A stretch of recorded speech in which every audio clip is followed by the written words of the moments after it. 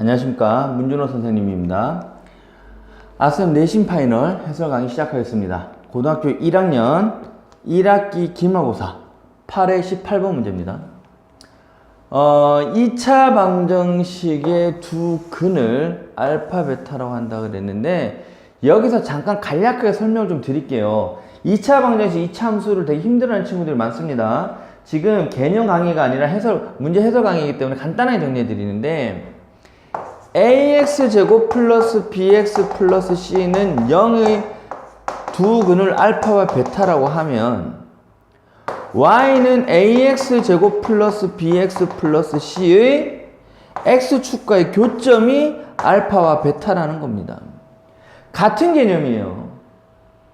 그러니까 방정식을 따로 생각하시면 안 돼요. 부등식도 마찬가지입니다. 우리가 중학교 때 처음 방정식, 미지수를 배우면서 처음 방정식부터 시작을 해 올라가서 고등학교 1학년까지는 방정식, 부등식을 하고 함수를 하고 뭐 이렇게 했는데, 지금 뭐 고등학교 1학년 때는 부등식이 함수 뒤에 있긴 하지만 원래는 함수예요. 함수.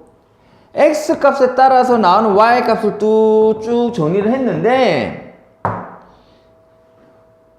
x에 얼마를 입력하면 y가 얼마다 이렇게 쭉 나오는 게 함수라고요. 그죠? 근데 우리가 결과값을 먼저 확인할 수 있을 거 아니에요. 그 결과가 얼마다, 그때 x값은 뭐냐? 이렇게 묻는 게 방정식이라고요. 그러면 우리가 함수에서 교점의 좌표에 관련된 것들, 두 점이면 판별식 쓰는 거, 알파, 베타, 근과 계수와 관계, 이게 전부 다 방정식에 있는 것과 같은 개념을 쓸 수 있다는 겁니다. 자, 2차 방정식의 두 근을 알파, 베타라고 했다고요? 근데 이게 뭐라고? 그래프로 나타냈을 때 x축과의 교점이 알파, 베타라는 뜻입니다. 같은 개념이에요. 방정식하고 함수를 따로 생각하시면 안 됩니다. 적어도 고등학생이면 함수 안에서 결과가 먼저 얼마다라고 나와 있어. 그때 x값을 얼마다 찾을 수 있어야 되는 것이지, 방정식 때는 근의 공식을 썼는데 이차 함수는 어떻게 풀지, 그런 고민하시면 안 돼요. 똑같은 거예요. 자, 그럼 다시 표현해 볼게요. 이렇게 있는데 알파는 마이너스 1과 0 사이에 있답니다. 그리고 이 베타는 1과 2 사이에 있대요.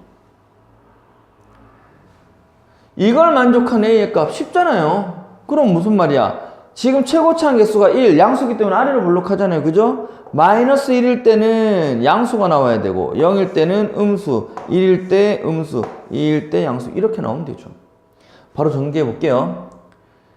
자, fx는 x제곱 플러스 a-1의 x 플러스 2a라고 정리해 놓고 내림차수 정리한 거죠. ax-1x.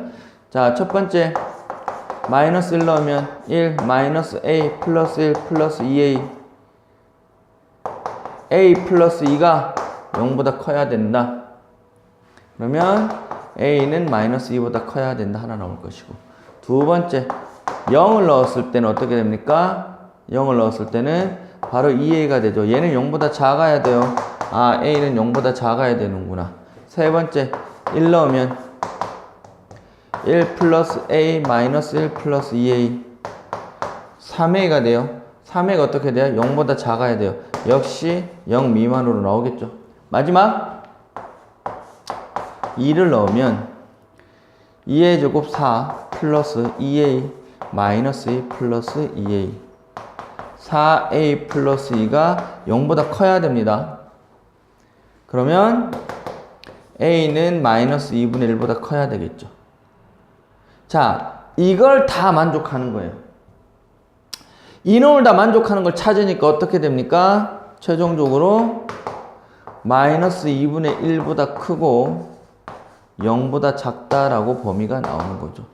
마이너스 2보다 큰 거보다 마이너스 2분의 1보다 크다는 범위가 또 최소한의 범위가 되니까 이렇게 잡아주면 돼요. 답은 이렇게 나왔습니다. 이렇게 정리하시면 돼요. 자, 그런데 여기서, 자, 끝났어요. 근데 부연 설명 하나 드릴게요. 보충으로. 여러분들이 간혹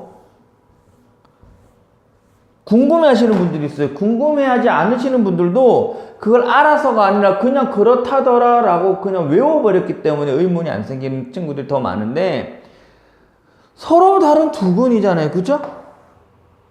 서로 다른 두 근이 확실한데 우리는 왜 판별식을 쓰지 않을까요? 서로 다른 두 근인 게 확실하면 판별식이 0보다 크다라는 것도 확인을 해줘야 될 텐데 왜 쓰지 않을까요?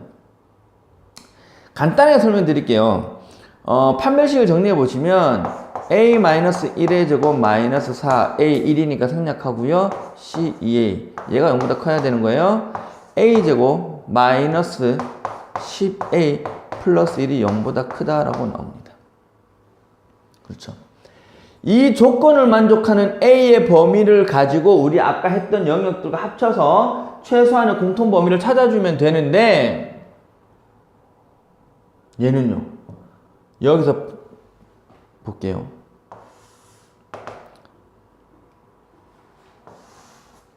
100 마이너스 4 어떻게 돼요? 0보다 커요. A가 뭐가 되든 상관없이 항상 0보다 크게 나온다는 얘기입니다.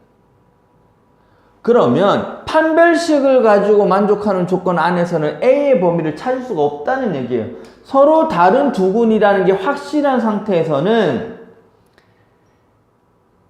판별식을 써봤자 항상 성립하는 결과가 나오기 때문에 A의 범위를 우리가 찾아줄 수가 없습니다. 그래서 얘를 우리가 생략하고 안 하는 거예요.